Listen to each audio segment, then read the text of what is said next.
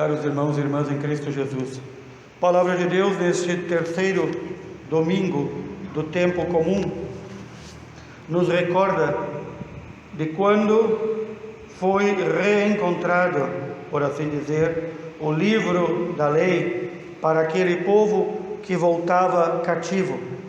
E este povo não tardou em reunir-se sob a autoridade do sacerdote Esdras, que fez a leitura do livro da lei para todo o povo.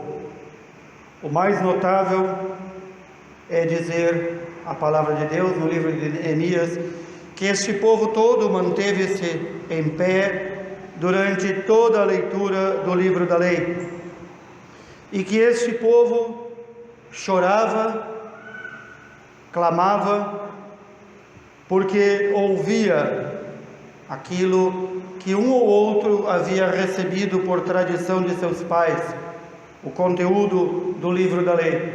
E agora eles tinham a oportunidade de ouvir, de ver aquilo que foi consignado em rolo, em livro da lei do Senhor. E então este povo recebe do governador Neemias e do sacerdote e escriba Esdras a mensagem de que este dia em que o povo reencontra a lei do Senhor, que a redescobre, que a ouve, que a medita, este dia é um dia consagrado ao Senhor. Este dia se torna um dia santo e que, portanto, não deve ser dia de tristeza, nem de clamar, murmurando, mas justamente esse dia em que a palavra de Deus vem até nós, deve ser dia de alegria.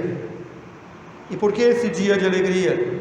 Porque novamente o povo tem contato com a aliança do Senhor. Novamente o povo tem a certeza em seu coração de que aquilo que recebeu, a lei do Senhor, não é um peso, antes é uma libertação. Libertação de uma vida tantas vezes afastada de Deus. E assim o é em nossa vida, quando não conhecemos a palavra de Deus. A palavra de Deus, como disse o Salmo 18, 19, a lei do Senhor Deus, palavra de Deus, é perfeita, é um conforto para a alma, é um testemunho, é uma aliança fiel do Senhor, e é a sabedoria dos humildes. Os humildes se pautam pela lei do Senhor. E os preceitos do Senhor nada mais são que alegria ao coração. Qualquer um de nós pode fazer esta experiência, ou já fez essa experiência em sua vida, quando nós andamos longe da lei do Senhor, mesmo que não a conheçamos totalmente, mesmo que não conheçamos totalmente a palavra de Deus, lá no fundo de nosso coração foi gravada esta lei.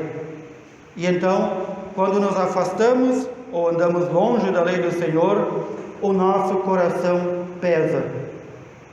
O nosso coração nos diz que algo não vai bem. Nos diz que perdemos a aliança com o Senhor. E, portanto, cada vez que a palavra de Deus vem a nós, cada vez que nós vamos a ela, cada vez que nós a tomamos para ler, estudar, meditar, esta aliança é refeita. E é refeita por meio de um modo um tanto abrupto. Porque a palavra de Deus é dita também espada de dois gumes, que penetra e corta até os ossos. A palavra de Deus, portanto, é contraste em nossa vida. É a partir dela que nós devemos ver como está o nosso viver. Quando ouvimos o Evangelho de hoje, nós ouvimos a narração de São Lucas, que inicia dizendo: após todos, alguns terem escrito e transmitirem aquilo que viram e ouviram, eu fiz esse estudo minucioso para passar adiante, para dizer o que realmente aconteceu. E nós ouvimos, ato seguido, Jesus que entra na sinagoga e anuncia Esta profecia do profeta Isaías, de que fala que alguém foi consagrado, foi ungido para anunciar o Evangelho, a boa nova aos pobres, a libertação dos cativos, a recuperação da vista aos cegos, a libertação dos oprimidos, e para proclamar um ano da graça do Senhor, se realizou hoje em mim. Mais adiante no Evangelho, neste mesmo Evangelho, vamos ver qual foi a atitude daqueles que ouviram, especialmente os judeus da região que estavam na sinagoga. Não aceitaram que Jesus fosse o ungido. Ele está dizendo aqui publicamente: eu sou o Cristo que devia vir. Essa profecia fala de mim. O que fizeram? O arrastaram para jogá-lo do despenhadeiro, enquanto alguns, nos quais a palavra de Deus encontrou terreno fértil, o acolheram. É assim a palavra de Deus. Ela, por ser um contraste em nossa vida, ela penetra em nossos ossos. Ela separa o que é bom e o que é mal. Mas ela necessita do nosso esforço de acolhida.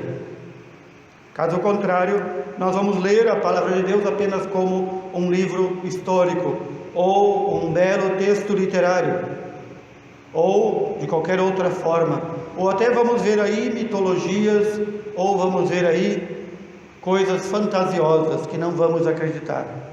Como é que se acolhe a palavra de Deus? Como é que um cristão verdadeiro acolhe a palavra de Deus? Obviamente o primeiro passo é um coração aberto, mas a segunda leitura que nós ouvimos da carta de São Paulo aos Coríntios nos recorda que nós todos juntos somos um só corpo, chamado Igreja, e que portanto não vivemos isolados, e que portanto também a palavra de Deus deve ser acolhida, lida, interpretada, meditada segundo a mente, o pensar da Igreja. Em todos os momentos em que alguém quis interpretá-la, a palavra de Deus, quis interpretá-la de modo diferente do pensar da Igreja, daquilo que nos foi transmitido pelos apóstolos, sempre deu com os burros d'água e acabou ou se afastando por si só da Igreja, incorrendo em heresias, ou até mesmo chegando ao ponto de fundar novas igrejas. Vejamos aí este fenômeno que não é de agora, mas que nos nossos dias se acentua. Qualquer um pega uma Bíblia e diz que interpreta a palavra de Deus. E não vão encontrar dois autodenominados pastores de uma mesma igrejola que a interpretem do mesmo modo. Não vão encontrar, porque lhes falta o modo de interpretar a Sagrada Escritura. Lhes falta a ação do Espírito Santo, que é aquele que ensina e mantém a igreja no verdadeiro ensino. E então, onde se lê uma coisa desde o início e se interpreta aquela mesma coisa desde o início, os hereges interpretam e manipulam a palavra de Deus ao seu gosto. E alguém pode dizer: mas como eles têm a palavra de Deus, eles têm a Bíblia e não conseguem interpretar? Porque foi-lhes dado aquele mesmo entrave que foi dado aos judeus no tempo de Jesus. Eles viam os milagres, eles viam o cumprimento das Escrituras, mas não enxergavam a profundidade. Foi-lhes dado o entrave da cegueira. Assim também, todo aquele que se afasta do modo como a Igreja, coluna e sustentáculo da verdade, interpreta a Sagrada Escritura, acaba entrando em uma cegueira. E aquelas palavras que estão na Sagrada Escritura já não dizem nada, já não conseguem fecundar o seu coração. Por isso, nós temos o dever de diariamente lermos, estudarmos a palavra de Deus, meditarmos a palavra de Deus, Para isso temos toda a tradição destes 2000 anos de igreja. Inúmeros santos padres, inúmeros santos leram a Sagrada Escritura e interpretaram-na como os apóstolos a entenderam. Este é o dom que o Senhor dá à sua igreja, que a sua palavra é fecunda dentro dela. Coloquemo-nos, portanto, sob o olhar atento do Divino Espírito Santo e invoquemo-lo antes de iniciarmos a leitura e a meditação da Sagrada Escritura. Peçamos ao Senhor da sua igreja, nosso Senhor Jesus Cristo, que nos mantenha unidos em um só corpo. Nós, como membros da igreja, não podemos viver isolados. Devemos, pois, todos juntos, como corpo de Cristo, sermos membros deste corpo. Coloquemo-nos sob o olhar amoroso do Pai, que renova a sua aliança conosco cada vez que nós celebramos a Santa Missa, e que renova também em nossas casas esta aliança conosco cada vez que nos dedicamos a santificar o dia do Senhor com a leitura da Sagrada Escritura. Muitos talvez ainda não entenderam. No domingo, dia do Senhor, nós santificamos este dia com a Santa Missa. Mas também o mandamento diz guardar domingos e festas e santificar os dias santos.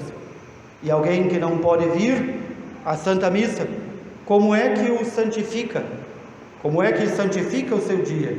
Pois aí está a palavra de Deus para isso, para a leitura da palavra de Deus, para dedicar esse dia à oração, para não se entregar neste dia santo e nos dias santos ao imobilismo, não se entregar às coisas do mundo, mas antes, como disse o sacerdote Esdras, para santificar este domingo com alegria. O saudoso Papa João Paulo II dizia em uma carta: o domingo é dia do Senhor e dia da família. Notem, primeiro é dia do Senhor, depois é dia da família, para viver em família, em santidade. O que acontece nos nossos tempos é o contrário. Domingo, dias santos, é para muitos o dia da família, mas não família no sentido correto, dia do ajuntamento familiar.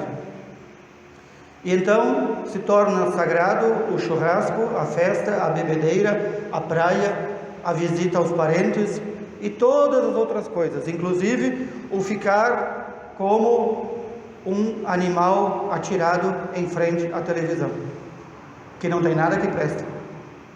E então esta pessoa não santifica o domingo e não santifica os dias santos e torna esses dias todos apenas feriados. Não vivamos assim. Domingo é dia do Senhor, é dia de nossas famílias, de em nossas famílias intensificarmos a leitura da palavra de Deus, participarmos da Santa Missa e santificarmos completamente o domingo e dias santos. Que o Senhor nos dê esta graça de permanecermos fiéis. Que o Senhor nos dê essa graça de permanecermos atentos à sua palavra. Que o Senhor nos dê essa graça de vivermos na alegria do domingo. Tomemos, como nos diz o profeta e sacerdote Esdras, tomemos este dia como um dia de alegria. Ide para as vossas casas, comei carnes gordas, bebei bebidas doces, reparti o alimento com aqueles que nada prepararam, mas sobretudo vivei esse dia em santidade. Louvado seja nosso Senhor Jesus Cristo.